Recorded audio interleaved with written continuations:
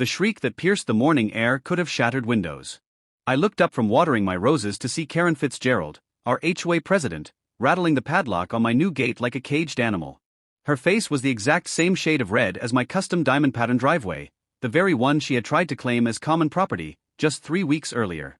She stood there in her designer swimsuit, realizing her favorite shortcut to the community pool was now permanently blocked.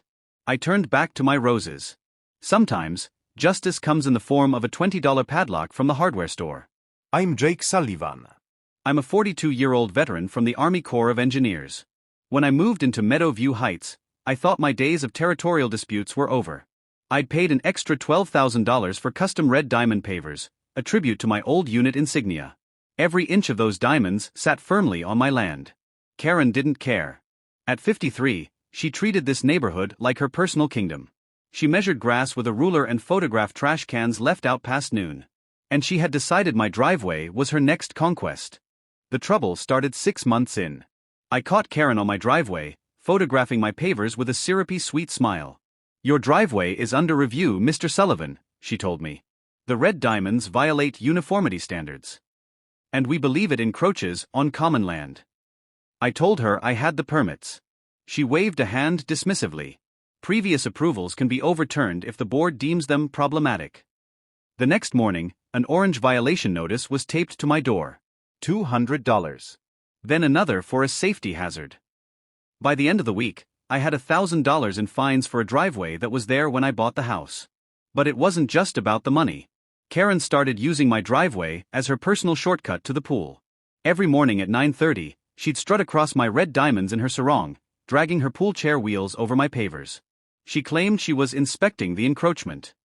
The situation escalated when Karen filed a motion to seize my property as an easement access.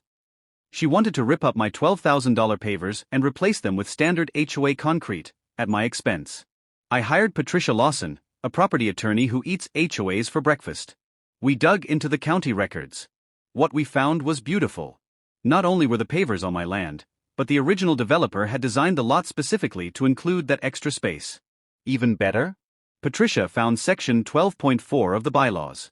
It stated that any board member who knowingly makes false claims about property lines can be held personally liable for legal fees. I hired a surveyor to put up bright orange stakes along the true property line. Then, while Karen was out of town visiting her sister, I called in the heavy lifting. By Monday morning, a decorative iron fence stood exactly where those orange stakes had been. It had an automatic gate for my truck and a smaller, padlocked pedestrian gate right where the pool path began. Karen's return was spectacular. She called me 17 times in 1 hour. Her voicemails were unhinged. "I will have your fence torn down. I will make your life a living hell." Forwarded to the lawyer. Save as evidence. That night, at the emergency board meeting, the room was packed. Karen stood at the podium, flushed and screaming about my antisocial behavior. When it was my turn, I didn't scream. I laid out the surveyor's report and the developer's plans. Then Patricia took the floor. She showed the board Karen's own emails from 2 years ago, where she had acknowledged the correct property lines in a different dispute. She knew she was lying. And she'd used HOA resources to do it. The board members looked like they wanted to crawl under the table. Patricia reminded them of Section 12.4, the personal liability part. The board president, a guy named Robert, called a recess. When they came back, the fines were gone. The easement was rejected. But the neighbors were done with the kingdom of Karen. Sandra Chun stood up.